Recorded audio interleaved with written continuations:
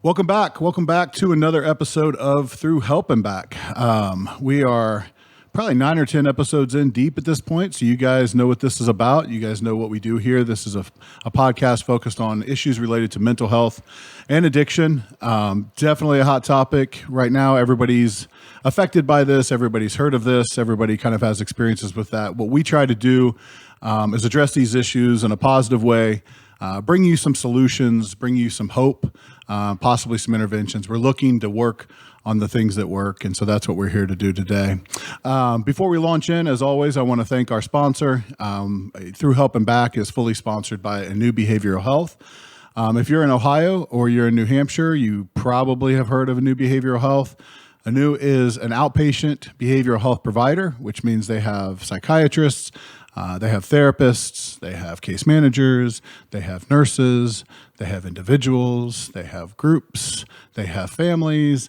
The list kind of goes on and on. One of the things about 𝐴𝐚 is really great is you have the ability to individualize your treatment.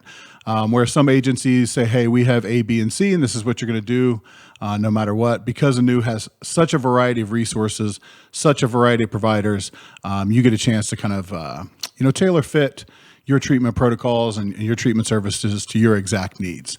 If you need psychiatry and therapy, great. If you need, psychiatry and case management, great. If you just need therapy, great. 𝐴𝐚 is clinician owned and clinician operated fully. And so they have a great heart for this, a great mind for meeting clients where they're at. And you can always reach 𝐴𝐚, ANEWBH.com, or you can email them helpnow@𝐴𝐚BH.com. Again, ANEWBH.com. And they'll reach out. And one of the other things that's really great about 𝐴𝐚, if you are thinking about reaching out, and an unfortunate reality in this business is insurance and pay sources. Some people are covered by Medicaid. Some people are covered by commercial insurances. Some people are covered by Medicare. There's about, 300 or 400 different policies out there. 𝐴𝐚 takes most of those. So if you have Medicaid, 𝐴𝐚 can help you. If you have Medicare, 𝐴𝐚 can help you. If you have commercial insurance, 𝐴𝐚 can help you. And probably most importantly on this day, producer Ian's here with me, so I'm going to educate him real quick. Ian, do you know what TRICARE is? No, educate me. All right. I knew you wouldn't know. All right. So what TRICARE is the insurance policy for our veterans, right? So if you are a veteran, if you've been in the military, had military service, you are likely to be covered by TRICARE. It's government-sponsored insurance for that. And that is how you can access behavioral health care if you are a veteran, if you have TRICARE, and 𝐴𝐚 proudly accepts TRICARE. Sadly, that's rare. Not a lot of providers do accept TRICARE. I'll be straight with everybody in the audience. It is a pain in the butt to get signed up for TRICARE and to be a provider of TRICARE. This may shock you, but the bureaucracy and the extra steps in dealing with the government make it very difficult. And we won't even get into reimbursement rates and that kind of stuff. We don't really care about the reimbursement rates when it comes to TRICARE because, we support our veterans and we're very proud to be able to accept TRICARE. So if you are a military veteran or you are a family member of a military veteran and you need assistance, please reach out. We do accept that insurance. And today being the day after Veterans Day, and I've got a sort of Army-ish kind of shirt here on, that I got from The Rock. You can see him right here in the middle. And we obviously support the military. All jokes aside, it's something that's very near and dear to my heart. I've had multiple family members who have served. My father was in the military. My grandfather fought in 2 wars, saw action. I had a cousin in the military for a long time. I've got my nephew's father, so not my brother. He likes to pretend he was in the military for a long time. I think he drove down and drove around the base one time and then came home real quick. But he talks like he's in the military for a very long time. So luckily I could hit a baseball a little bit, didn't have to go into the military. But I also feel like I missed out on some of that there as well because we're very proud of those who served, and there is no higher calling than that. So very proud to support our veterans, very proud to accept TRICARE, 𝐴𝐚 Behavioral Health, ANEWBH. Most of the times when we're talking about veterans and we're talking about the military, the first thing that kind of springs to mind is a war and battles and war zones. And we have a guest today who could talk about that in a different way, not necessarily from a military context, but jokingly and maybe not so jokingly, teachers will refer to their schools as turning into war zones sometimes or battlegrounds. But our schools are definitely a hot topic right now. There's a lot going on in the schools, a lot of issues that parents should be concerned about, a lot of issues that parents are concerned about, and a lot of challenges that our educators and our providers within our schools are facing. And so we have an expert on that today. Miss Emily Boggs is joining us today. Emily, welcome to the show. Hi, thanks for having me. Yeah, appreciate it. You're coming to us from where today? Where are you in the world? I am in South Point, Ohio. South Point, Ohio. So I know most people probably know South Point is a bustling metropolis, but those who don't know of South Point, what is life like in South Point? Describe that. We have a Walmart. Okay. All right. Is it a super Walmart? Yes, it actually is. Okay. So you have a legit, I don't have a super Walmart, so I'm jealous right off the bat. We're right across the street from Ashland, Kentucky. So the mall there, across from Huntington, West Virginia. So right in that tri-state area. So lots to do, just not in South Point particularly. Gotcha. So you've got access to West Virginia. You've got access to Kentucky. You're right on the river there in Ohio. So we had Matt Kahn on a couple of weeks ago speaking about Scioto County and Wheelersburg. So really just kind of right up the road from that, right? Mm-hmm. Right. Yeah, so, not too far. So we're thinking Appalachia. We're thinking rural areas, but we're also thinking super Walmart. So let's not sell it short. We're not playing around here. So, So tell us a little bit. Tell us a little bit about your background. I know I introduced the school scenario, and I know that you work in the schools now. So obviously, we're going to talk about that. But you're a therapist with 𝐴𝐁, and you do a lot of great work for us. You're also working in schools. So kind of give me your background and how you ended up, offering therapy and mental health services in the schools. Yeah, so actually when I started, I worked with veterans. Right out of college, I worked at a veterans homeless shelter. So got my start there in social work, and then moved up to West Virginia and did the DHHR, CPS, youth services type thing for too many years. And then I was at a high school for 2 years, Cabell Midlands, the biggest high school in West Virginia.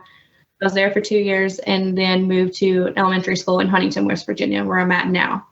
So kind of been all over the place, worked with a lot of different populations, but you clearly have a heart for those easy to serve populations. Let's see, you've got homeless veterans, right? And then you've got the youth, and then you've got teenagers, and now we're into elementary schools and their families. So easy. Emily doesn't like a challenge at all.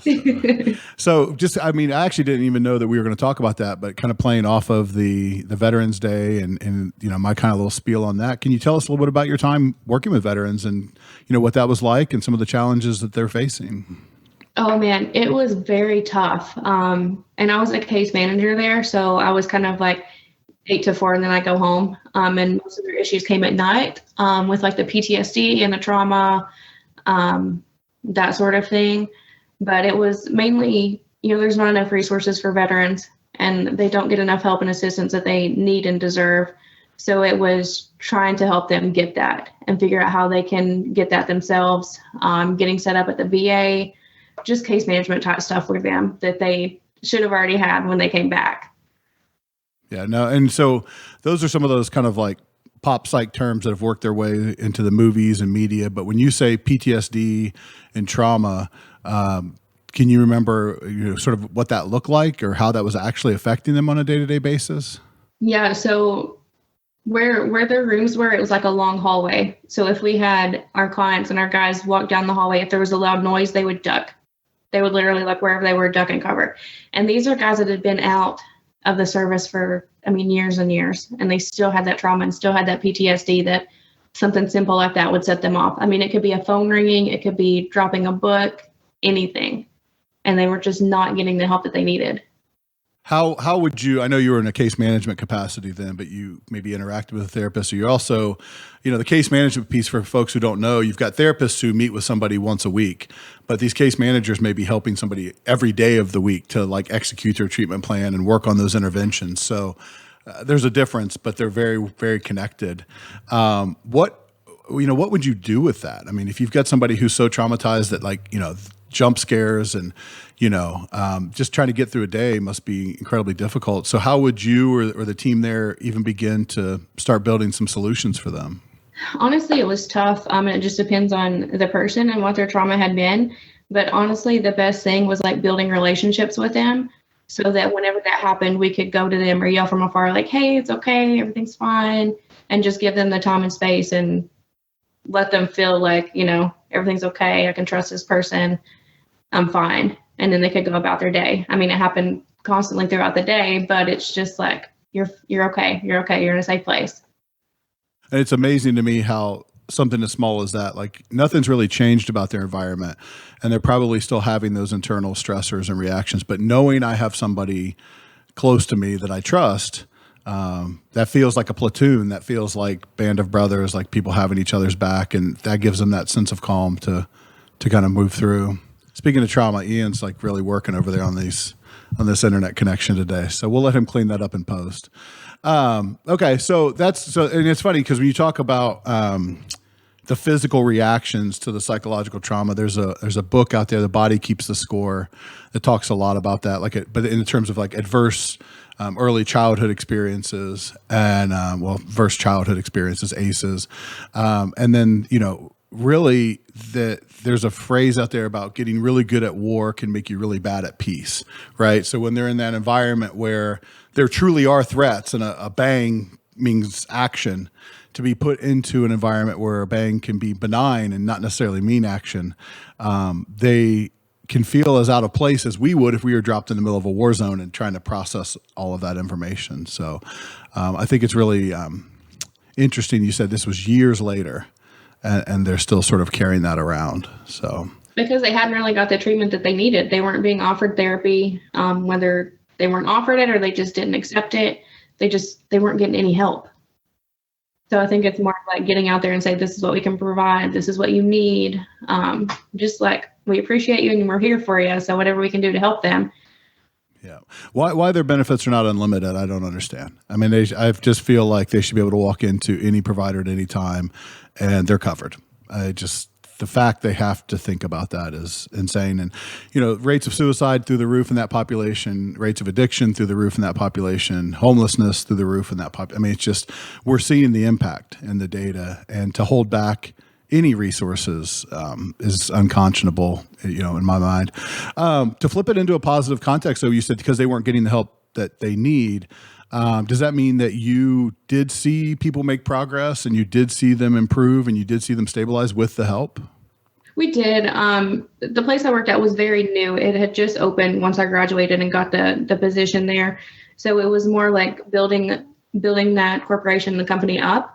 But I mean, it was more along the lines at that point of helping them with employment, helping them get established at the VA and getting their, the medicine that they needed, whatever they needed. Housing, we got them into housings, different stuff like that again, they should have already had. But it was more along the lines of that. And I wasn't there too long. I was there about 6 months, I think. So I can't speak on how it went after that. But we did see progress. I mean, we saw guys go into homes and get their own homes and be very successful.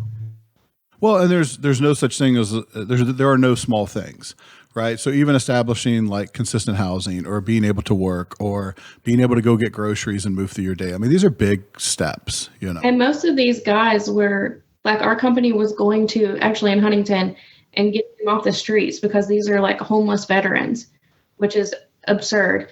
But we were going like searching for them and saying, hey, we have a place. It was in Pikeville, of course. So it's like, you can come down here and we will help you. Like, we'll give you a place to stay. We're going to get you a job. We're going to get you employment. We're going to get you the mental health services that you need. So it was like, we had to go get them and bring them 2 hours away for them to have a bed. Like, it's crazy. That's crazy. So you've changed their environment again. And yeah. I worked with a group in Cincinnati called Lighthouse Youth and Family Services, and they had a pretty robust street outreach team that I went out with a couple times, and that's amazing work. I mean, it's like a fireman kind of mentality. Those situations, the homeless guys, the crazy guys on the street, everybody kind of crosses the street.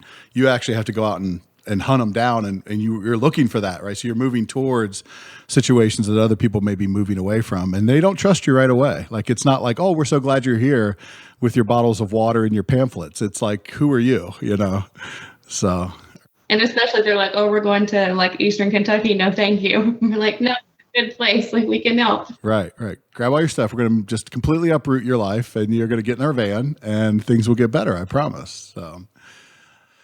So tell me, I know that, and I thank you for sharing that. I didn't even know that you had that background, so it's interesting, and I'm glad to hear that. Tell me a little bit more about your transition from that world to the educational world, and kind of what motivated you to make that change, and how was that for you when you made that switch? Well, between there, I did the DHHR, which is, in West Virginia. So that's our Department of Health and Human Resources.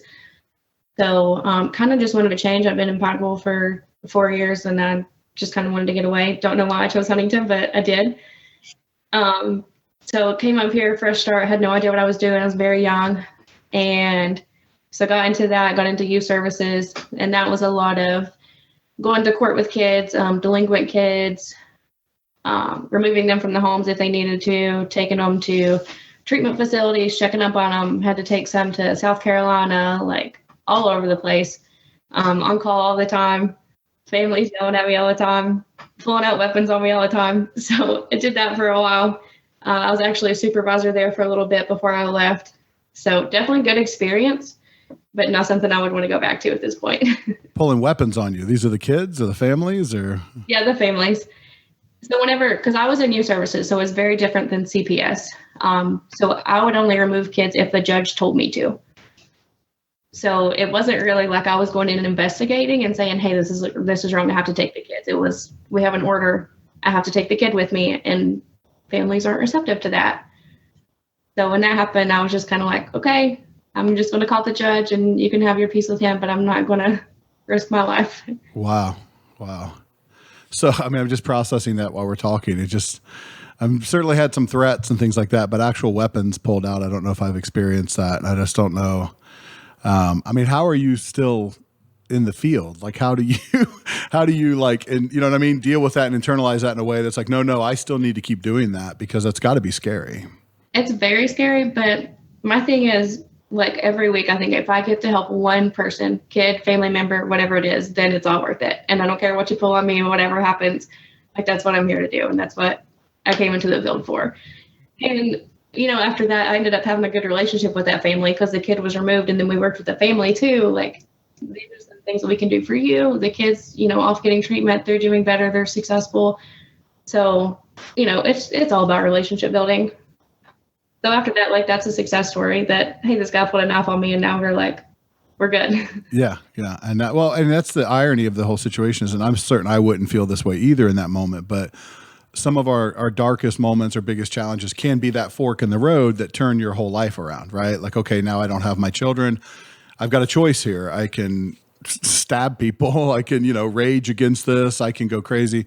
I can go negative, or I can take some time here, listen to the advice, engage with the treatment team, and rebuild my life for me and my child. I mean, I'm sure there are children in homes today with their biological parents, healthy and happy and safe because that moment happened, not in spite of that moment. But boy, it's really difficult to see that in that moment, What were some of your strategies? 'Cause, I mean, you talk about having difficult conversations. I mean, what were some of your, was it sort of like, hey, I got a quarter? Like, how did you say it's about building relationships? How would you engage them in a productive conversation around something as dramatic as a removal? It's kind of like, in my position, it was kind of easy because it was the kid who was in trouble. So it wasn't necessarily the house was, not safe or anything like that, like revolved around the parents. So it was kind of easy to go in and be like, hey, this is what your child is doing. These are his behaviors. We want to get him help, him or her. We want to get them help. So that looks like removal to you, but really it's, getting him the help that he needs. He's going to get his education, the mental health that he needs, kind of put it in that way. And of course, trying to make it like a positive thing for the family. And, it's like, you're still going to have all rights to him. You're not losing your rights. You can still go see them, whatever you need. So it's kind of just like the communication with them and letting them know this is why this is happening, and this is how it's going to help you in the future. Yeah. I know early in my career, I did some interventions, and I guess you would say removals. It was more about transport. It was parents who, had drug abusing teenagers that they couldn't control anymore. So very different scenario. And that world where the parents were very happy to see me, but the child was not happy at all to be seeing me, and I can definitely remember some, 1 a.m. conversations, wake them up, introduce me, this is what we're doing. And it's incredibly heart-wrenching and heartbreaking and dramatic. And part of that is the disease of addiction at that point, right? It's like anything to not have to stop, right? So this is going to be very uncomfortable for me. But just, when you're successful, you have a child without a home and you have heartbroken parents sort of left behind going, what the hell do we do now? So. Yeah, very difficult. And I had some parents that would want their kids removed for that reason, that they just couldn't control them, whatever it could be. And then of course, sometimes, which is really scary, whenever I would have the kids want to be removed, and then I'm kind of like, okay, something's going on at home, because a kid just doesn't want to leave their home. So when that happened, it was like, okay, there's an underlying issue here. And likely has been going on for some time, mm-hmm. Because kids want to be with their parents mostly, and so they sadly try to make that work. And that's also, so I've not worked in that context with child services, but I've heard stories of, obvious abuse, obvious neglect. You're removing the child to safety and they're like clamoring to get back with the parent who was hurting them and abusing them. So I'm sure when they wanted to leave, it did get your attention real quick. So yeah, that's good. So, tell me a little bit now. So obviously with the topic loosely, and we do this all the time. It's just like it might as well be the ADD podcast. We wander all over the place. So if you've got stuff you want to talk about, like, it's fine. But with the focus on schools, so you've been working in school context now for how long? This will be my 4th year. 4th year in the schools. Okay. And so tell me a little bit about just kind of a broad question about sort of what you expected that to look like, and maybe the difference between that and what it's really been like for you. What were you looking for when you got into working in the schools, and how has that reality been different than the expectation? So I think my expectation was kind of like, I'm going to go in and be kind of like a school counselor. I'm going to be there to support the kids, without the scheduling and help them with colleges and that type of stuff. But it was more, I'm here for someone to talk to, reaching out to the community if they need resources, that type of thing. It's very different than what I expected, especially now being in the elementary school, because now my focus is more on attendance and why aren't you getting your kids to school? Why are they late? Why aren't they here? And focusing on like the numbers and the data about our percentages and all that kind of stuff every day. And then of course, having kids come down to me whenever they need something. Now I work very closely with DHHR to see if cases are open. Lots of home visits for families that aren't coming to the school. Let's see. You'll do those as a school employee. You'll go to the homes and check out why. Mm-hmm. Okay. So I have to, which very, very lucky that they make me take someone. They require me to take someone with me. So that's great and very different than DHHR. They were just like, go to this house and see what's going on. Yeah. But yeah, like if we have a kid that's missed several days, of course I'm making phone calls. Families don't like to answer from the school. So then it's like doing a home visit, and we're just saying, hey, I'm here to check on so-and-so. What's going on? How can we help? What should it look like? I know it's like very different. I can kind of see in some of the reactions, like maybe I shouldn't be spending my time on this. Maybe I should be spending my time on something else. And so from your experience and maybe other systems you've seen, or just even your thoughts around like, what would actually really help the kids the best? What should that system look like around them? How should you be functioning in the schools? That's a tough question. I think it's different for every school, depending on the population and the area that you're in. So my school was in Huntington, West Virginia, west end of Huntington, very low poverty, very high poverty rate, drug epidemic, tough crowd.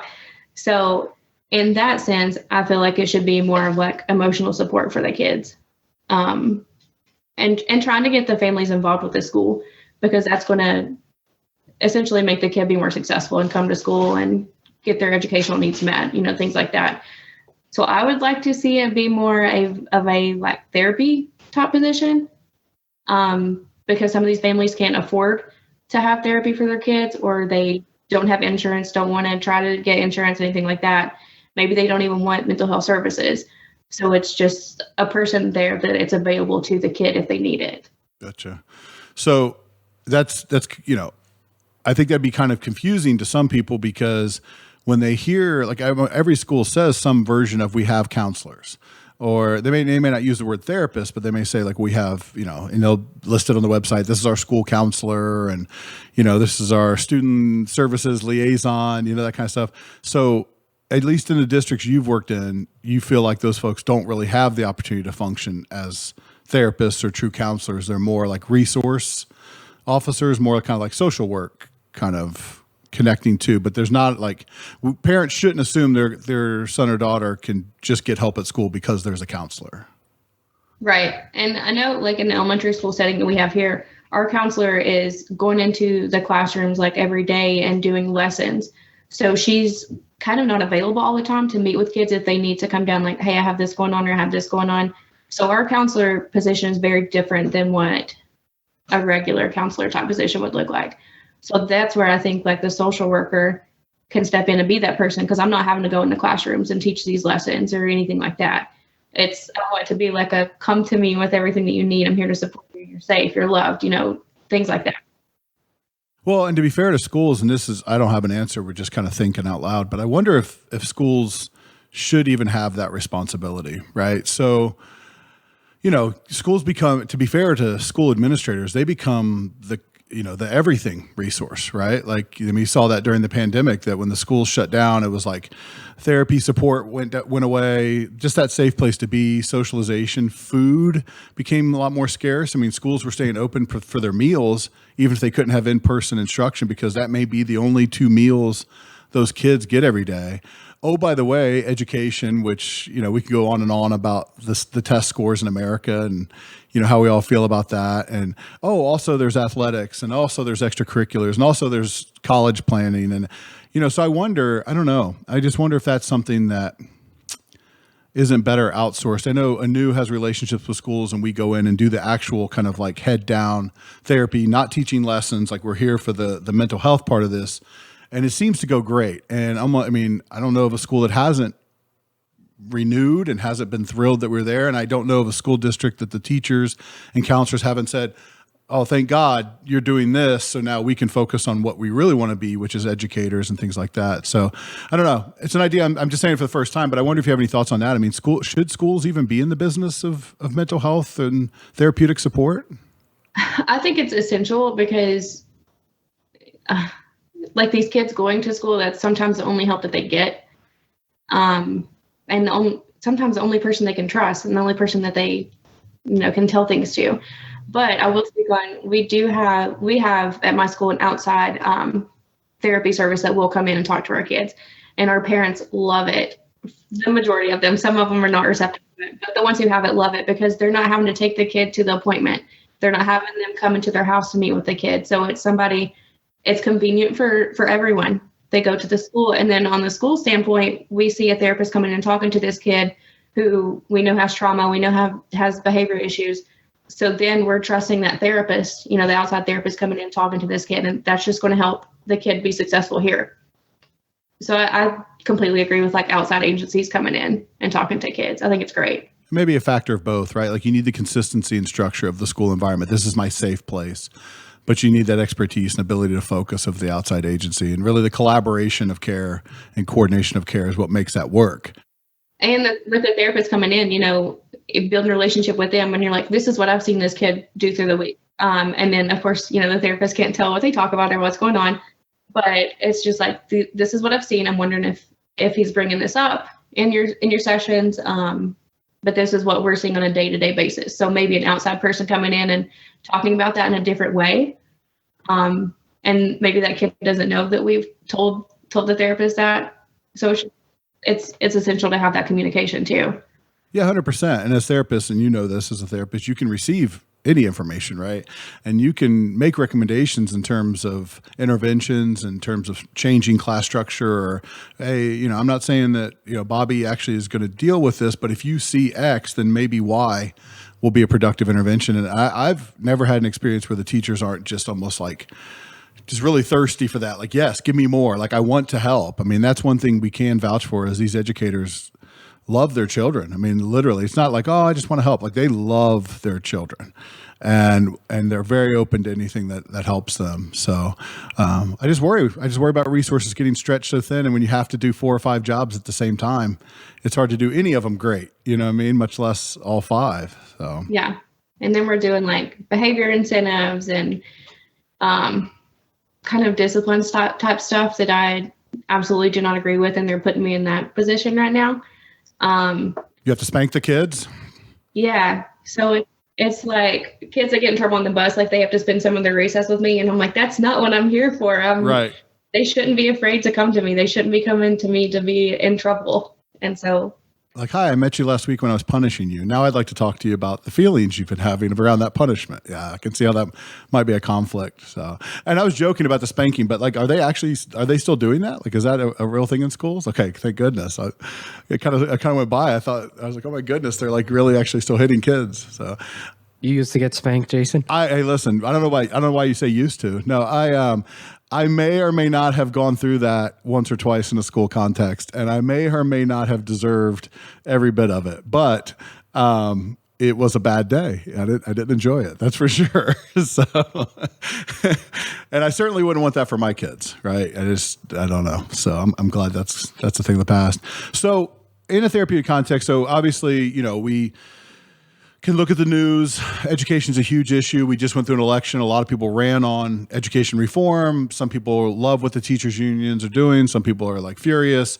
We've got the backdrop of school shootings that have happened.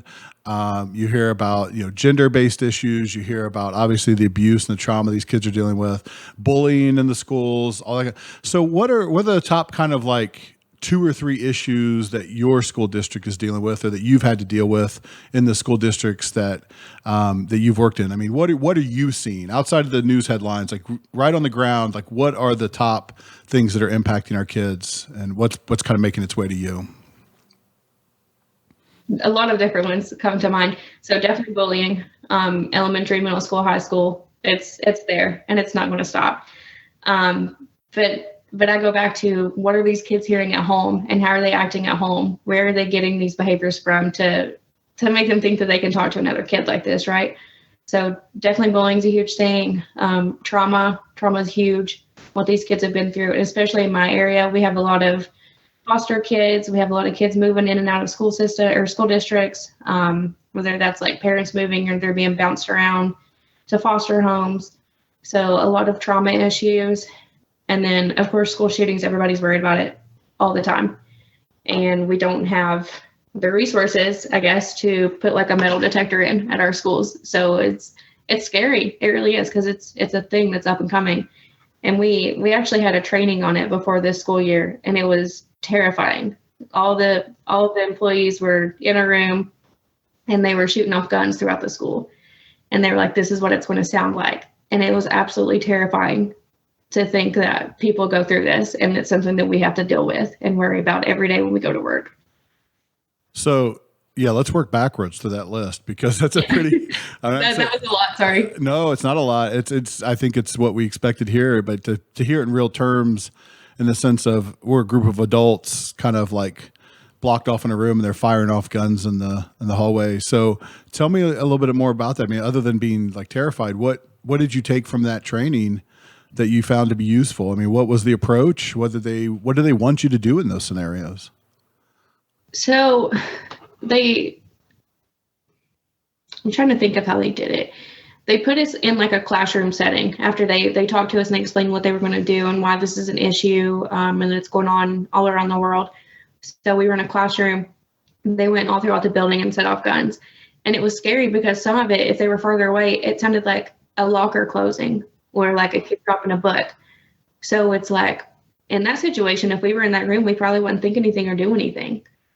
So theirs was more like, we need to have a protocol in place that if somebody hears us throughout the building, no matter if it's a locker closing, whatever it is, better be safe than sorry, right? So it's like figuring out how our school specifically, if this happens, if this is what you think is happening, this is what we have to do. And it's, of course, like protect the kids, protect yourself, whatever that looks like to you, whether it's like running, hiding, whatever. But it's very scary to think about. Oh yeah, no, terrifying. And I wonder what that even means. Like protect the kids, protect yourself. Like, is this like, you guys have the heavy duty lock from the inside doors? Do you have vests? Do you have bulletproof tables? Do you have, like, what does that mean? Protect yourself and protect the kids. Well, we don't have the vest or anything like that. No weapons. Like we don't have anything to protect ourselves, essentially. But yeah, but a big thing that I've kind of not been a fan of this year, which I agree with, but I have my own perspective. So now with all the school shootings up and rising, we have to keep our doors locked. All the teachers and everything. So all the classrooms are locked all day long. Mm-hmm. Which I agree with. Keep the kids safe, you know. If they need to knock on the door after they go to the restroom, like that's fine, not a big deal. But for me, if I have a kid in there who is very angry or having an outburst or say they've been sexually abused and my door is locked, nobody can get to me if this kid is having a breakdown, essentially. So kind of scary for me, and I kind of fought with my admin a little bit on that. So I did get it to where I don't have to keep my door locked, but I have to keep it closed, which I also don't like because I'm like, I want this to be welcome and I want people to just come in and pile in. But I'll take that because I'm like, it's not safe for me to be in here with a kid, with an adult, anybody who may be going through that.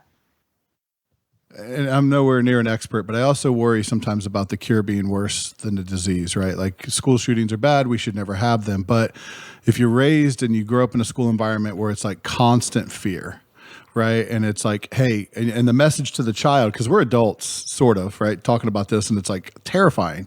But if you're a child and you're walking through locked doors everywhere, you drop a book, 3 teachers run out in the hallway, what's going, and everything is like fragile, right? And, so if there's never a school shooting in that school, how many kids have you traumatized through the preventative measures that they leave terrified of like something's going to happen bad to me any second? I know because the adults have told me 17 different ways I should always be on guard, and then you combine that again, not an expert. So I'm sure as soon as we do this, I'll get an email if somebody says, well, actually I did this training.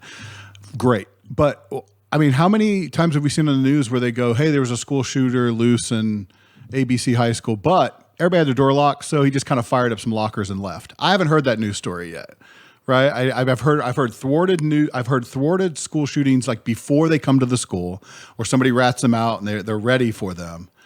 But once they are in and things start happening, I know what you say is like he could have gotten 20 kids instead of like 2 or those kind of things. So it's kind of impossible to measure how many lives were saved. And so I'm sure there's a flip side to both sides of that. But I really worry about this constant messaging to everybody that we're always on the brink of disaster. We're always vulnerable every second of every day. Just behaviorally, what's that going to translate into for our children, Yeah, I agree. I see both sides as well. Yeah. Okay, so so that's the training that the adults get. How is this getting the school shooting stuff? How is that getting translated to our children? Are they acutely aware? Do you guys have drills? Have you gotten any feedback from the kids about, I feel safer with these new measures, or I'm still worried as can be? Like, how are the children responding to this? So we do have drills, and for my school, it's pre-K through 5th grade, so very young population. And they're terrified, even if we go and then on the intercom and say, this is a drill, everything is fine, this is only a drill. I mean, they're still scared. I get scared because I'm like, this could happen. So for a 7-year-old, they're terrified. And especially in Huntington, like Huntington has shootings all the time, way too often. And so these kids are already scared at home, and now they come to school and think, oh, this could happen here too, where it's a place that they're supposed to be safe and not have to worry about it. And now we're putting that fear in them. Yeah. And I think about that. Your first topic you brought up was the bully. And I think about that too, in terms of, I don't want to say the word safe spaces, because I don't know if those even exist in reality, if there is truly a safe space, but it does feel like there's no break, right? There's no down cycle. It's like always the heightened state. And so like the bullying, it used to be like, okay, if he messes with me at school, at least I go home, right? And I don't see this person, or I have the weekend or whatever. But now with social media and things like that, you can be bullied 24/7, and it feels like that with the school shooting mentality, like you are traumatized or at risk 24/7, home, school, in your community, it's just, you have to watch it. And then we're all going home on social media and seeing the latest school shooting. And then, we're expected to go to work the next day at school, or the kids are going to school and they're saying, well, this just happened. So it's very scary. Well, and do you believe in that social contagion aspect? I mean, as an educator, as a therapist in the school, somebody who sees it firsthand, that idea that when they see it on social media, they're likely to mimic it, or it makes things actually more likely to happen if we broadcast it on news. And, because there's people out there that say, like, stop reporting on school shootings. You're going to make another school shooter because they're going to see that happen. They're going to copycat the behavior. Do you see evidence of that? Do you believe in the social contagion stuff, or do you think each one's sort of its own confluence of events? I'm kind of both ways about it. I think, there can be people that want to do copycats, and I've heard of things. I don't remember the name, but there was somebody who was trying to copycat the I can't think of the name of it. One of the school shootings, one of the earlier school shootings. Like the Columbine? Yes, Columbine. He was trying to mimic that. So I think it is a real thing.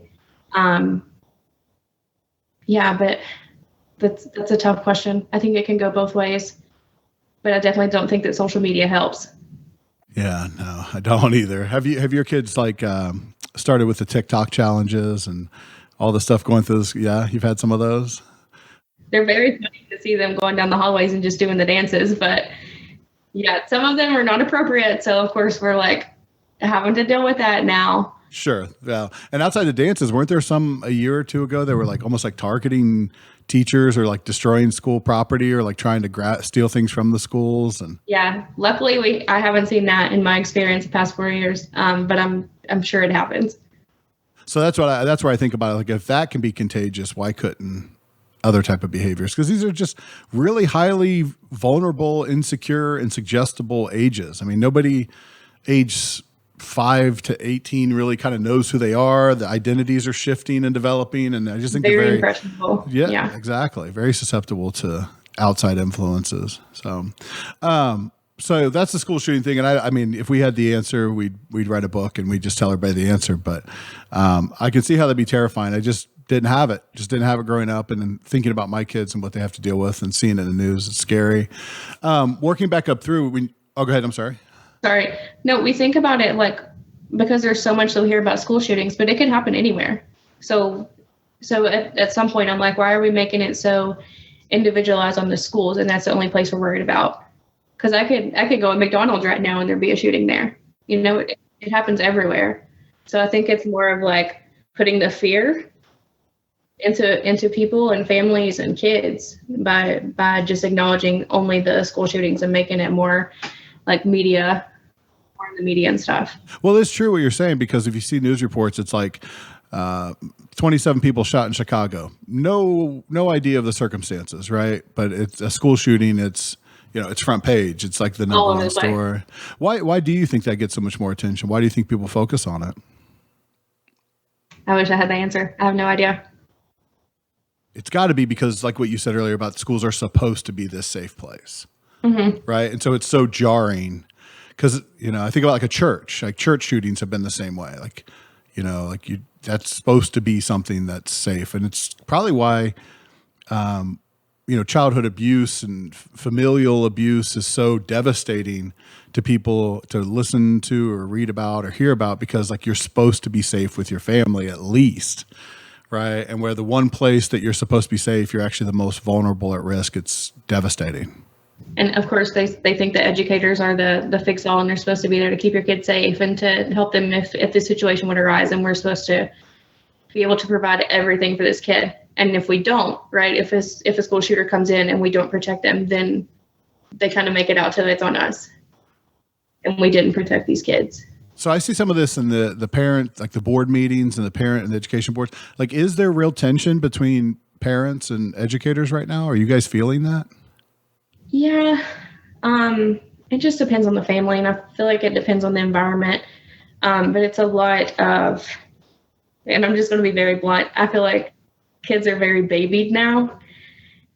So, if educators say, little Johnny's been shown this behavior, or I feel like they could do better on this assignment, parents are triggered by that, and they're upset, and they don't agree with it. And that's not all parents. most of the parents I work with are great. But it's not none. Right. I mean, it's present because you're talking about it, right? So it's actually happening. Yeah. Where's that coming from? How do we make sense of that? Why are they doing that? I just feel like this whole generation, this population growing up. Sorry, Ian, I know you're a little bit younger, so I'm not trying to include Ian's you. a complete baby. Don't worry about it. No, I'm kidding. But I feel like they're very, I don't know, very like timid, and everything is going to offend me, and my way is the right way. And if you go against that, like, I'm not going to agree with you, and we're going to have issues. And I feel like the parents are kind of enabling that. Ian's grabbing a mic, so you must have triggered him. He's going to tell you how you. No, Ian. What I do want to hear from this, Ian. So, I mean, what is your commentary now? Because I think your generation has taken that kind of like feedback before, right? Like that's kind of the divide between like back in my day, it was like this, and you guys are softies and safe spaces and easily triggered. How do you react to that feedback? I hear a lot of people talking about it, and I do see it. I agree with it. Wow. We got one of them. Look at that. Everyone. Not saying everyone, but Not all, not none. Yeah. I mean, for me personally, I've never seen that in myself, just because I grew up half American, half Middle Eastern. And so I didn't fully adopt all of the, mainstream characteristics that people kind of disagree with, if that makes sense. I am aware of it, and I always try to take responsibility. Well, and we can make jokes about Ian, but I mean, he's incredibly driven and focused. And if he's not here, he's working like 4 or 5 other jobs, or he's working out. And one of the reasons we love working with Ian is because he's a real professional about this. So the idea that he's 20 is secondary to that. But it's just interesting because I wonder what kind of challenges that creates for you in the schools, and what kind of challenges that creates for the schools if you have that. And again, all the normal caveats. It's not everybody. Some relationships are great. We're not blanket definitions of anything or anyone, but it's enough to talk about. And Ian himself said, "Hey, I hear that feedback a lot. I hear that about our generation." So why it exists, and if it exists, let's assume that it does, and let's not worry about why. The fact that it exists, what kind of challenges does that create for our schools and getting the job done and being able to function appropriately? Like, how does that hold you guys back? Well, it's a lot of kids saying, I can't do this because XYZ. And then if we challenge them to do that, if it's coming from the kid, right? So then we have the family calling and saying, well, he's not going to do this. We don't believe in this, or he doesn't want to do this. He's not going to, and we don't want him to do this. Like, for an example, we have walking club in the morning, right? So if it's over 40 degrees, our kids go outside and walk, burn off some energy, get awake. Amazing idea. One of our parents found out about it, did not like it. So she called the school for like 3 days straight and just cussed and rant and raved and said he's not doing this. And we were like, that's fine. We have seats in the cafeteria. They can sit down. They can read a book. They can do whatever. They don't have to. So then our principal kind of challenged her, and she was like, so you don't want him to go outside? Should we keep him in for recess too? And she's like, no, recess is fine. So I feel like it's just like something to complain about, which I think goes back to social media, because you can be anybody behind a screen and you can complain about whatever and not have any consequences. So I think it's just like, I don't know why. And I'm glad that I'm not in that headspace that I would ever do that. But it's like, it's a positive thing for these kids. We do have things in place that they don't want to, and it's fine. But to make a big fuss about it, so that was challenging for all of us, because now we have to like pinpoint this kid out whenever he walks in and say, oh, sit down. You have to sit down. You can't go outside, whether he wants to or not. Right. Well, and there's a big difference between unsafe and uncomfortable, right? And so unsafe should never be tolerated. Nobody should put up with it, not for 1 second. But uncomfortable, there's a lot of opportunities for growth there, right? And I mean, so, shielding children from natural consequences, shielding them from natural discomfort, really impedes their development. All the research shows it. I was working with a family recently, and we use the example of like, doing your child's laundry. And here we go with all the caveats, right? We're not allowed to just say anything. We have to say, I'm not saying it's bad to do your child's laundry. I'm not saying that you're a bad parent if you do it, but that's true. If you wash your kids' clothes their entire life, they're going to look clean, they're going to smell great, and they're going to present as well put together. And then they're going to leave the house and they're going to stink. right? And so if your job as a parent is fostering their independence, have you helped them or have you hurt them by doing absolutely everything for them? Now, the flip side to that is you don't want to like just abandon them, and it's age appropriate and it's developmentally appropriate. That it's like lifting weights. It should get a little heavier and a little bit more challenging. You played sports, you're hitting off of 40 miles an hour, then 50, then 60, right? You should develop.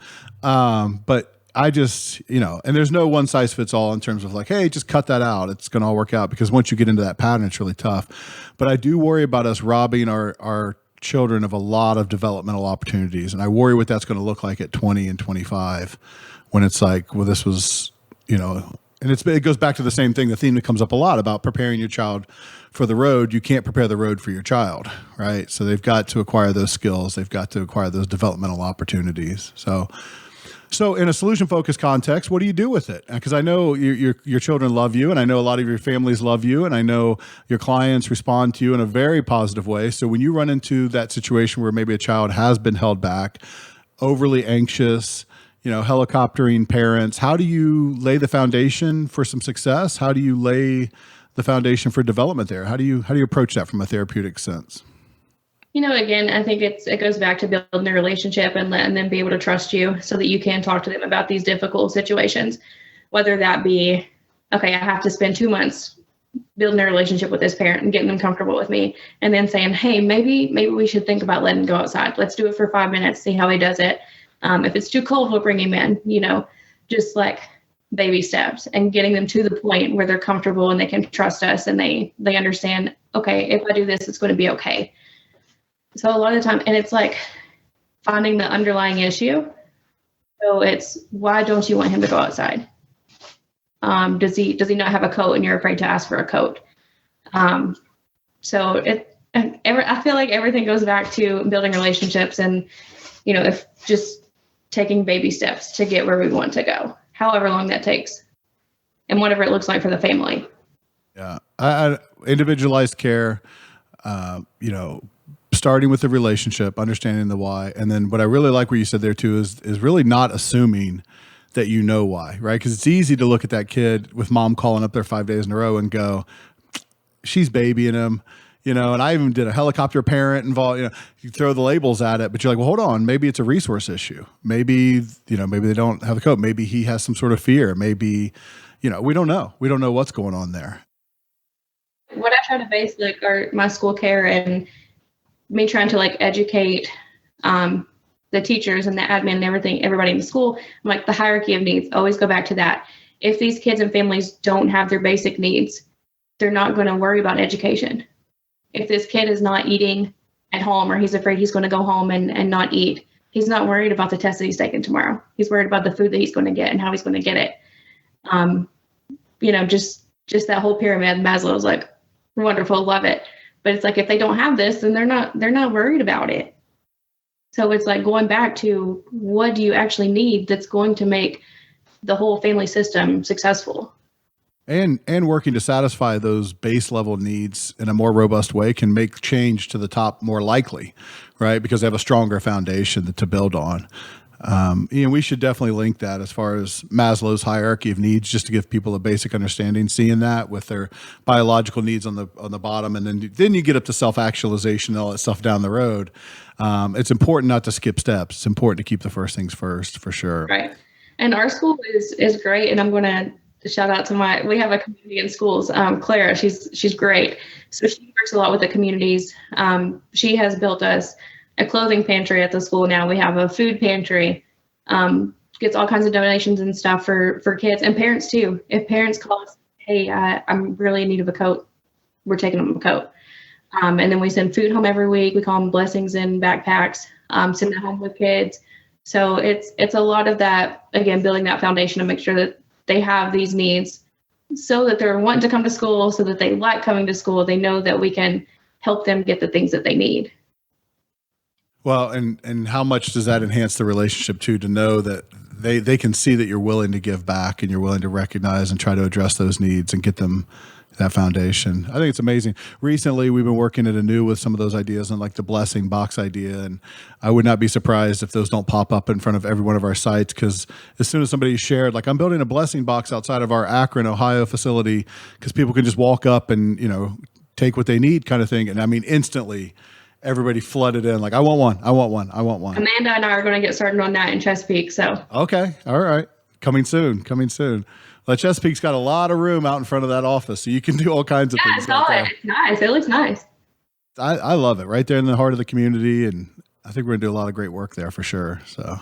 So on that same kind of thing, I mean, we all kind of know the typical bullying scenarios. I mean, you kind of addressed the school shooting, some of the family interaction piece, but bullying is one that gets a ton of attention. I feel like that was something that we talked a lot about even when I was growing up and riding horses to school and stuff like that. They're like, don't bully.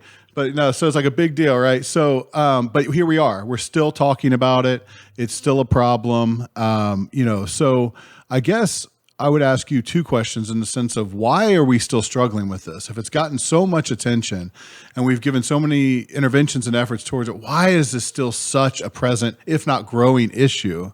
And I guess we'll talk about that first, but then on the back end of it, I'd like to hear how you address it and how you approach it when you have actual bullying scenarios that you have to deal with. So I think it goes back to social media, right? So it's been growing the past couple of years, and we can't control that in the school. So you can go home and say whatever you want to someone and be mean. And of course, kids do it in school. Kids are just mean. They're mean now. It's very sad, and it breaks my heart. But it's a thing that happens. And I don't think social media helps. I don't think the discipline that we're allowed to do now versus maybe what it would have happened before. And I'm not talking spanking or anything like that, but maybe like bringing them into the office and having lengthy conversations and suspensions and in-school suspensions, taking the bullying more serious, because a slap on the wrist isn't going to fix it. It's not going to stop the kid. I would love, this is just ridiculous of me being just cranky, but I would love to print off all of those horrible texts that you sent out to the ether via the internet and give them to the bully, bring them in a room across the table from their victim, and literally have them read them right to their face. Because you would never in a million years go to somebody's face and just rip and run like that and say all those horrible things, right? But from the safety of this or the safety of this, it's really easy to fire that off. And I mean, I know, of course, you're re-traumatizing the victim, and you'd have to have a really like well-controlled experiment there to do that. But I just think it's that lack of empathy, and it's an opportunity to build empathy, to see how that really affects somebody, could be a potential growth experience. Ian has a thought? Yeah, I like a saying, or it's like it's more of like a lesson I learned, is people do bad things only when they're feeling bad. And that kind of explains it for me. Yeah, so our version of that is hurt people, right? Like that's the one that gets passed around here all the time. So I don't know. I just don't know how. I mean, maybe that's just my level of empathy. I just don't know how you could see the impact that you're having on somebody and continue to do that.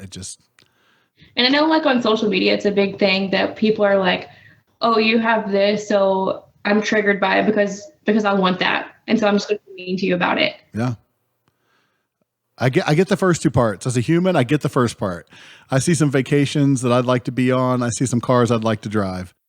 Absolutely. I just don't see that third part where I hate the person driving the car because they get to. And to the point where you have to say something about it. That makes no sense to me. Yeah. I don't know. So what do you do with it? I mean, it's, we know it's a problem. It's not going away. Social media, I've lobbied for it. They're not turning off social media. I mean, so what do we do? How do you, I guess not what do we do in terms of projection, but what do you actually do with that now? Like, how do you address it when you have a child who says I'm being bullied, and how do you work through that situation? So usually in my position, I will have the victim come to me, right? And they're like, so-and-so is bullying me. They're saying this, and whatever it may look like to them. And bullying is such a large term, and some kids view it differently. So it's like, well, they flipped me on the ear. They're bullying me. Like, how many times has this happened? One time we were playing. I'm like, okay, that's not bullying. And then, you have those kids that come down and they're like, yes, it's every day. They're calling me names. They're making fun of me. They're doing whatever. So at that point, it's like, we just get the administration involved. So from there, it's kind of out of my hands because I don't do discipline, things like that. But after that, the admin usually will ask me to talk to that kid to see if there's like an underlying issue. Is someone talking to you this way? Why are you doing this? What's going on? You know, just a therapeutic standpoint. Does it work? Does it work? I mean, the way you guys are, not you personally, I'm not indicting your school, but again, as I see the headlines only growing, I mean, are the ways that we're currently approaching bullying, does it do anything? I mean, I would love to say yes, but I don't think so. And I think it still goes back to, how are these kids being treated at home? And what are they seeing on the video games that they're playing? What are they seeing? And what are they getting from YouTube if mom and dad are asleep and kids supposed to be asleep and they're up watching YouTube and watching TV shows and all this stuff? So it's like, where are they getting this from? Because it's not something you just grow up with, or you shouldn't. So it's trying to figure out, you know, what is going on. Yeah, we'll have to get together. I know that Dr. Montoya has talked about this. We've got to get, maybe we'll do that as an episode. We've got to get kind of a roundtable together on like parenting and some of those strategies, because a lot of people have some ideas there, and it kind of does trace back to the family. But I'm not saying my kids will or won't ever be bullies, but I will tell you, we have that conversation a lot before it ever came up. I think I know that's why I'm talking a lot, so that you can just stay on my camera angle while she's frozen. And then when I see her start moving again, I stop talking. So, hey, she's back.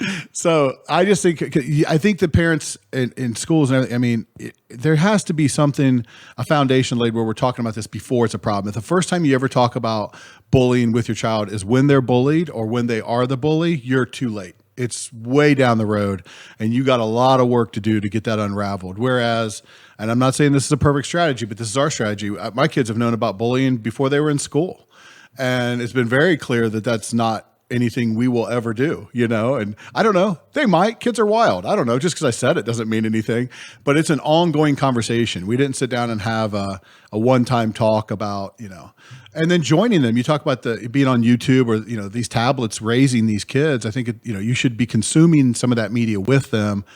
What does that mean to you? Helping them make sense of it. I think it's the unfiltered ingestion of all these media signals. Parents have to be a little bit of a guide to the internet and look at some of the videos and look at some of the shows and say, well, here's what we think about that, or, you know, help understand their understanding of what's going on. I'm just saying, get your work in early, right? Because if you don't address it early on, you're going to have to address it after the fact, and then it's usually too late, you know? I definitely agree with that, because, you know, from both sides, if you start talking to them about it earlier, if the kid is bullied, they're going to know what they need to do. So I need to reach out to someone. I need to let someone know, rather than just taking it. On the other side, if you talk to them about bullying before, you know, it's all like, just be kind, you know, do unto others, the golden rule. But if you talk to them about it before, maybe that's going to get in their head that this is not okay. This isn't something we do. Versus if it's too late, you know, then how do you stop it? Yeah, how do you get the genie back in the bottle, right? Because I've already had that experience. It felt good. I gained power. I got what I wanted. And now it's like, you're telling me I can't do it. It's like, I kind of liked it. It's worked out pretty good for me. So same kind of thing. The third thing there's the second thing on your list, but it's the third thing for us to talk about is some of the trauma that you're seeing in schools. And I know that this could be the start of our conversation. We could go for hours on this, but can you talk a little bit about the types of trauma that your kids are enduring right now? Perhaps even, you know, if you have any examples of what kiddos have shared with you or what they're specifically dealing with. I mean, because trauma has become this kind of blanket term for like something bad, but I'm wondering if you can kind of bring that to life with, like, when we say trauma in the schools, like, here's what I'm actually seeing. Here's what I mean by that. So I think for us, it's like trauma is related to the area that we're in. So Huntington, we have a lot of shootings. We have kids right now in our school whose dad was just involved in a shooting, and they're seeing it on the media, and mom is letting them watch it on the media. And they know everything that's going on. I mean, it's like first grade, pre-K, and a second grader, and they know everything that's going on. So they're very traumatized by it. And every day they're just waiting for someone to come pick them up and take them away, because that's what mom has told them is going to happen. And then, of course, Huntington they call it Little Detroit. So it's a lot of drugs. So kids are traumatized by that, whether it's seeing their parent, guardian, whatever, overdose, seeing them on the floor. I mean, we have tons of that. It's so sad. We have kids that have gone through sexual abuse, mental abuse, physical abuse, like everything you can imagine. And it's a lot of that trauma that they have already. And so they bring it to the school.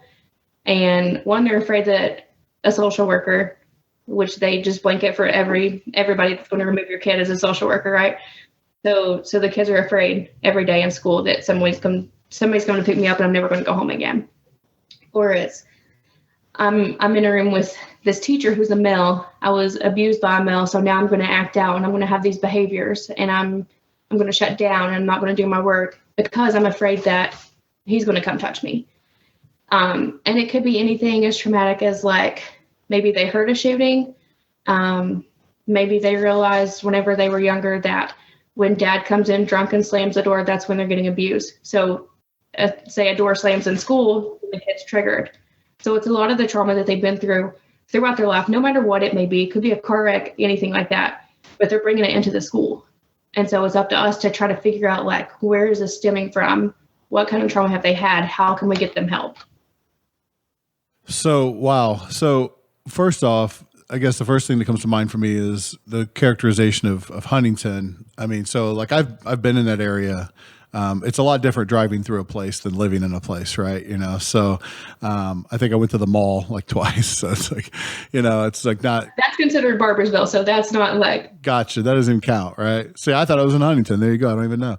So, but I mean, I'm hearing drug abuses. I'm hearing overdoses. I'm hearing shootings, imminent harm and threat. I'm hearing sexual assault. I'm hearing just environmental stressors and like what we talk about. There's no safe place for me. Like anything could happen. So these are typical. Like this is happening real time in Huntington today. This is not like, oh, one time 3 years ago we had this is like you guys are dealing with this on a daily basis. Daily basis. It's so bad. There's so many shootings downtown. Just drugs everywhere. We had just an example. We had a kid last year who had a newborn little brother, and he got into his parents' fentanyl, and he almost died. He was like 6 months old. I'm getting teared up talking about it, but 6 months old, was in the hospital, forever. And we had the older sister there who I was already working with just because she has some stuff going on. So, no big deal. She came to me, we chit-chatted, and then she comes one day in and just tells me this like it's nothing. And I'm like, what? And she was like, yeah, this happened. My brother's in the hospital. And like, she didn't think it was anything because like, who knows what she had seen and what is normal to her, So it's something like that almost every day. But it goes back to your earlier point about trauma being an individualized experience too, right? Because I think about the idea of that of, and it's just blessings and it's just the world in which I live. And it's, I try to express nonstop gratitude for the advantages and the good things in my life, but fentanyl is not part of my life. I wouldn't bump into fentanyl, on a day-to-day basis. And these kids are seeing it happen, an infant. And it's sort of like, well, yeah, I mean, it's down the hall. Like, why wouldn't? Yeah.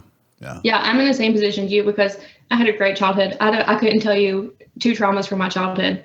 Right. Like it was great. My parents are still together. Don't know how my mom's put up with him for that long, but here we are. But yeah, so when I was in high school and even in college, when I decided I wanted to do social work, I'm like, what is trauma? Like what, I didn't understand it. And now it's like so broad. It could be anything. And I think it's like specific to that person, what they feel is traumatic. And I feel like it's valid and they're allowed to feel that it was traumatic. But I do think the word is overused a lot. Sure. Stress and anxiety and trauma, they all become kind of like catchphrases for everything, With the drug issues there that I'm hearing now. So have your families and communities, children's experienced a lot of parental loss because of that? Because I know a lot of times around the drug trade, it's overdoses, it's incarcerations. Have you had situations you've had to deal with where children are dealing with parental loss and dealing with split families, broken families, things like that? Yeah, so I'll give you an example.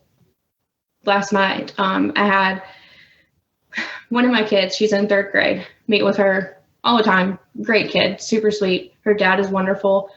Her mom left her at a very young age, left her and her younger brother for drugs. That was her choice. So dad stepped up, grandma, been great. So her teacher has a really good relationship with him. And so she goes and stays the night with her teacher, like on the weekends, and just hangs out with her kids, like good time. So last night about 8:30, I get a phone call from this kid or from the teacher. And she was like, this kid is here and she's hiding under the couch and she's crying. Like, can you talk to her? And I'm like, yeah, what's up? So she gets on the phone, she's crying. And I'm like, what is going on? Can you talk to me? And she said, I just miss my mom. And her mom is now incarcerated, hasn't seen her in years. They don't talk, has no rights to her. So, this happened when this kid was at a very young age, but she's still going through it and she's still dealing with the trauma. So it was like, and I know it was because she was seeing her teacher be a mother to her son. So she was seeing that and missing out on that. And it triggered her. Well, and back to the body keeps the score, right? That's something that she's going to carry around forever. She may be okay and she may get to a place where she can cope and she can live with it. But to think that she's not going to become a mother herself someday and not remember and not think about it. And then I also think about two educators, one with a student staying over, the other one on hopping on the phone at 8:30 at night to deal with a child hiding under a couch, hiding from her feelings, hiding from her demons, her trauma. And I was so happy that the teacher reached out to me. She said, I told her like, hey, do you want to call and talk to Miss Emily? And yes, I want to talk to her. And so I was like, okay, here's my win for the week. Like she wanted to reach out to me and she knows that I care about her. And so it was, talking to her about that and we love you. And I'm sure your mom misses you too, but this is a situation we're at. You have people that love you. We care about you. We're here for you. Your feelings are valid. And I asked her last night, I said, just something simple. I was like, what do you do when you're happy? She's like, well, I smile and I'm laugh. I'm like, so what do we do when we're sad? Like cry. I'm like, and that's normal. You're allowed to do that. You're allowed to feel these things. And if you cry, that's fine. And I was like, just if we can try to talk about it, maybe get it out, that's going to help you. But I'm like, just cry. If you need to have 10 minutes that you go cry, do it. Yep. I tell Ian that all the time. Doesn't work on me. I have no emotions. He will try the couch thing. Oh, that sounds I don't believe it. Yeah, we got to get a hold of him. We're gonna do like a real time assessment with Ian one of these days. No, but I mean, and one thing I want to point out about you, Emily, and I know that a lot of therapists are like this, so you'll quickly tell me that you're not special in this regard, and that's fine.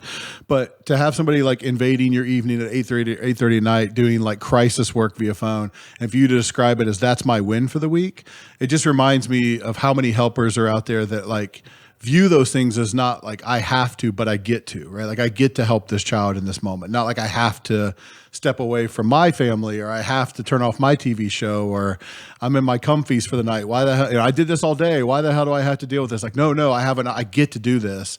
I just think that's an amazing perspective to take. And I think that's honestly at the heart of why we're doing a lot of this podcasting is we want those stories to come out and people can see just how many miracles are happening under couches at 8:30 at night all around the world, every day, so that's great.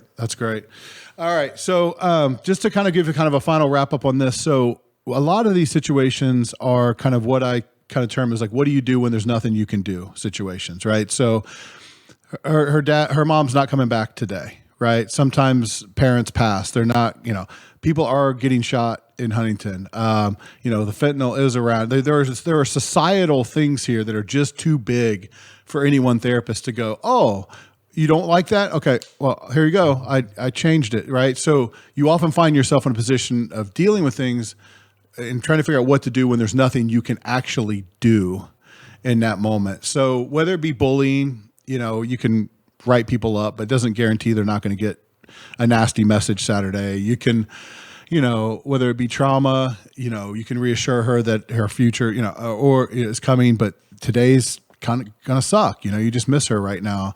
Whether it be school shootings, you can drill and you can skill and drill all day long and something could happen tomorrow, So just in a general sense, how do you work with your kids on those? What do you do when there's nothing you can do type scenarios? What's your approach? Sometimes, I just go about it as I do with my clients, my adult clients too. I'm just like, you need to feel what you need to feel, and that's fine. But, talking about it, opening up about it, recognizing what's going on, it's going to help you more. And I think it's trying to like catch it early, especially with trauma and stuff. And this is what's going to help you and this is what's not going to help you. And then just understanding, that this way of life that your parents had isn't necessarily what you have to have. And you can create your own path, and you can do things to help you. And, throughout your whole career, you can do things, you can find people that are going to help you be successful. So it's not just my parents went through this, so now I'm done. Like, this is my life now. So I think and I go about it, I try to in my life, but with everybody I work with, as a positive approach. So I'm like, yes, this could happen, but what if this happens? And why don't we think about this happening? And that's what we are seeing, instead of this is the path I'm going to go down now. Why don't we see it as this and see how much we grow going that way? I'm sure they're very responsive to that idea that their future doesn't have to look like their present. Oh yeah, it's perfect. Once I tell them that, they're like, okay, thank you. We're good. Yeah. Cause how many times are we in that scenario where like, okay, I can deal with this, but like if this were forever, I don't think I could take it. Right. But for now, we can do most anything, Yeah. So I think it's just like building relationships. Again, I know I've said that a million times, but just I love it. People know that I can trust you and I can talk to you and you're going to give me advice. And I tell my clients, I'm like, if I give you a suggestion that you don't agree with, like, tell me to shove it and move on to the next one. It's not going to offend me. Like, I'm here for you to figure out what's going to help you. It has nothing to do with me. So it's just figuring out that dynamic. You allow them to push back and disagree with an adult with no consequences. That's got to be. Yeah, how dare me?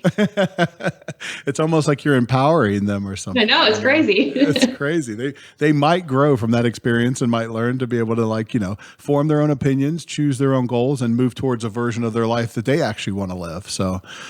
You need to be very careful, Emily, or you're going to be changing people's lives left and right without approach. Oh, man, I hope not. Yeah. So, all right, listen, you did it. You did a podcast. I know you were nervous. How was it? You feel good? I feel good. Yeah, I think it went well. Yeah, we went a long time, so this was good, and I appreciate you sharing this. I mean, all jokes aside, it's really important to kind of be able to peel back and look. Schools are such a huge issue. We all went through that. Like, every parent is worried about that. Everyone who's not should be, just because it lays the foundation for all of these lives. It's so important because some of these things are developmentally like stage appropriate, and like you mentioned earlier, if they don't get it between 8 and 14 or 16, there's no guarantee they're going to get it. Just because you get your diploma, you don't get all of those enlightenments and developments, So I just really appreciate you sharing some of those stories. I know you care about your clients a great deal, and those are difficult to share. And thank you for your time coming on. Thank you for letting us see what life as a therapist in the school really looks like nowadays. I just appreciate you so much. Thank you for having me. Yeah, no, it was awesome. And so we'll wrap up here. We want to thank Emily again. Thank you, Ian, for coming in. We film these on the weekends, so Emily's giving away her nights. She's giving away her weekends. A real servant mentality to that. We really appreciate her. But for anybody in a school, so normally I wrap this up and I kind of give an option for people to reach out to 𝐬, and I do want to do that. If you're in Ohio or New Hampshire, any city, it doesn't matter. We have telehealth options. We have in-person options. We will work with you to get the right solutions in place. You can always reach out at 𝐬bh.com.